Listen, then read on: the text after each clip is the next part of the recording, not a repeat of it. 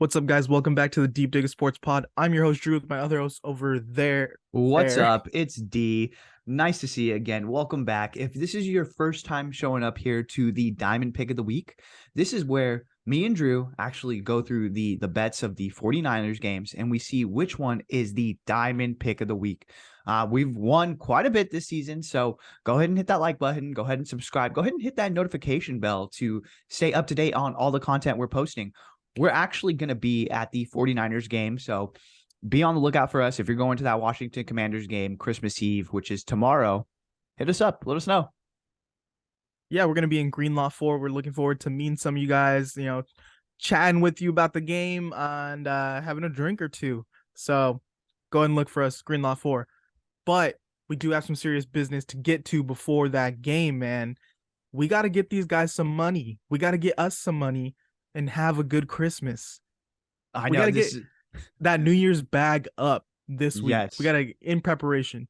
So, I what's the I'm looking spread at looking this like? game. It did lose a little juice for me. I'm not gonna lie. With the robbery of the Commanders on Monday night, it really did kind of take some wind out of the sails for this. But still going to be a good game. It's a must win for the Commanders. No matter what, they need to win this game. And I think the 49ers are going to roll them over. Vegas, I was a little bit surprised at this line. So it is -6.5. The 49ers are the favorite. I was expecting this line to be like 10, if I'm going to be completely honest with you. The money line is crazy. It's -319. So if you want the 49ers to just straight up win, you had to pay $319 to win back 100. And the over under is only at 37.5. I think that, well, let me go ahead and get your thoughts right off the bat. Said over unders at 37.5. Yep, 37.5, buddy. So generally you think this could be like a 21-18 game? Do you think that's possible or I no? struggle to see how the Commanders are going to score against this 49ers defense. And I think that Kyle Shanahan is going to really be a little bit more conservative with Brock Purdy. This is a game that this is just one of those you clock in, you do your business, you clock out, and you get the hell out of there. And you go on to use your sound bar that Trey Lance got you. You know what I mean? Yeah, I think definitely the over for the score is going to be kind of questionable this game because it could be a game where we go 28-3, Mm-hmm. 28-6, but that, like you said, that spread is looking pretty juicy. What were the odds on that? It is at, I want to say -110. Yep, -110. That sounds pretty good because Niners have been like heavy favorites as of late, and to get that against this Washington team that has a quarterback who's not very explosive. Yeah, they got Chase Young back, but I mean, how good is he going to be after like this much time off and just jumping right into it? I think maybe that's factoring into like Vegas a little bit, where they're like, big name Chase Young's going to be there. He's going to give McGlinchey problems. Maybe his game breaks this for them a bit, but we'll see how much of an X factor he really is at this point. So I'm feeling good about that spread. Yeah, and just moving on to a couple of different props. So the over under on passing yards for Brock Purdy is over under 216.5. The over under for Taylor Heineke is 189.5 yards. So I'm just so surprised that that number is so low for Taylor Heineke. I'm almost tempted just because it is a low number to go the over. And then I think about like, okay, well, is Taylor Heineke really going to do that to this 49ers team? I don't think so, especially a team that Kyle Shanahan just straight up hates, a franchise that Kyle Shanahan straight up hates. You don't think he's going to like tell D'Amico, hey, like, don't let them get shit. Like, let's keep our foot on the gas here. Yeah, I think when we saw that number, I was kind of like, well, does Heineke even hit that number regularly? He has hit over 200 like every game except one game this season. Too. So, well, he put 190 something in that Oh game. yeah, it was 190 something, and the other one was So fucking horrible. It was like 130 something. Yeah, so as much as you want to say like, oh well, Heineke's not explosive, he's not a playmaker, like he is putting up yards, and this is some pretty bad disrespect from Vegas, but it is against the 49ers, where we're a team that controls the pace. We don't give the other team a lot of opportunities. It is tough. Like they have Curtis Samuel, they have Terry, they have solid running backs. So I mean, they could make a play here and there to get that yardage up. We saw the same thing with Tua, where we were Yeah. like, "Oh, we're banking on this under." Like that's done, and two plays basically won the bet for Tua for the over. So I mean, Ufanga's been great, Gibson's been great, but they will give up a big play or two once in a while. Yeah, exactly.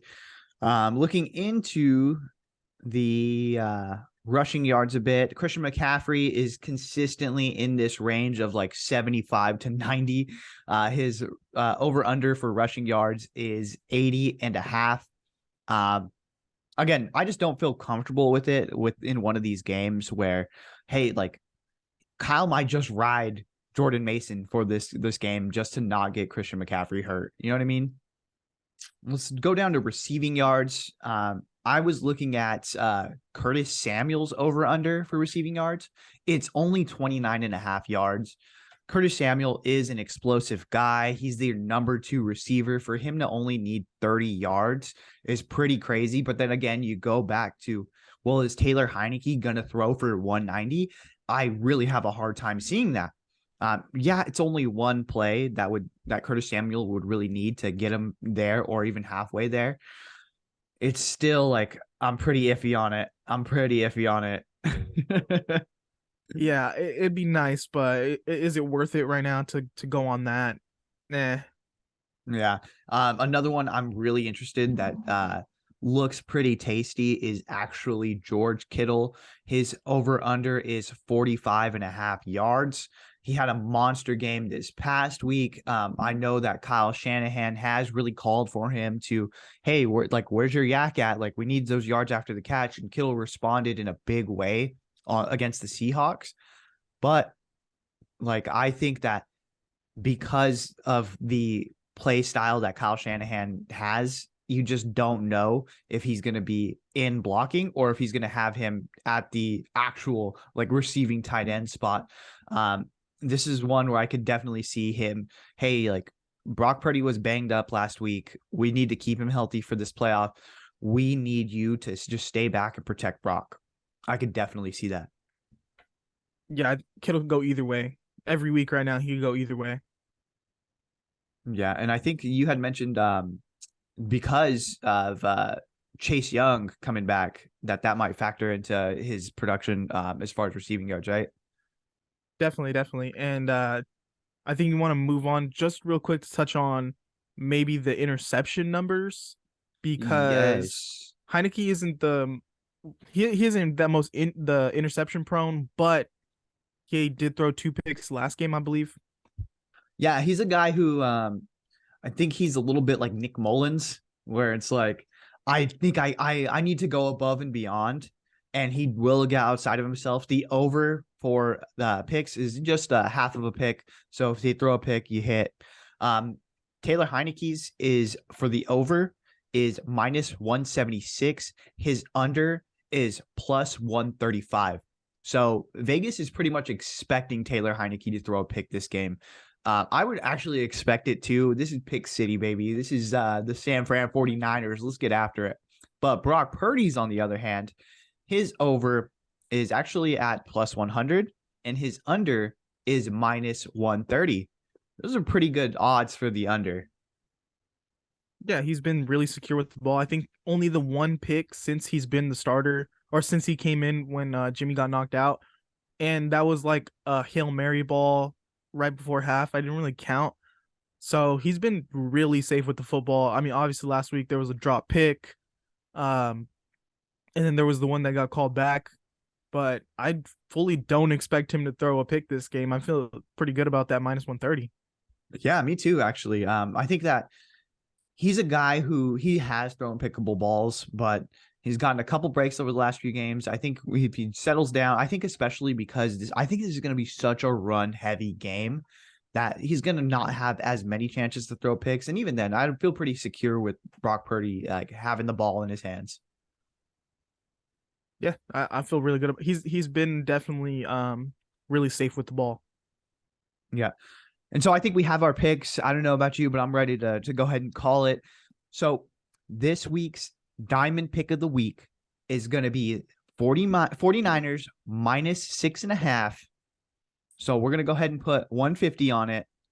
And then we're going to go double down and we're going to go 50 on Brock Purdy under 1 interception. I'm cool with that. That's our diamond pick, guys. Make sure you look for us before the game. Maybe tell us what your guys' picks are. Hopefully we all make money on this one. All right. Be sure, again, like, subscribe, comment, do all that good stuff. See you guys there. Later.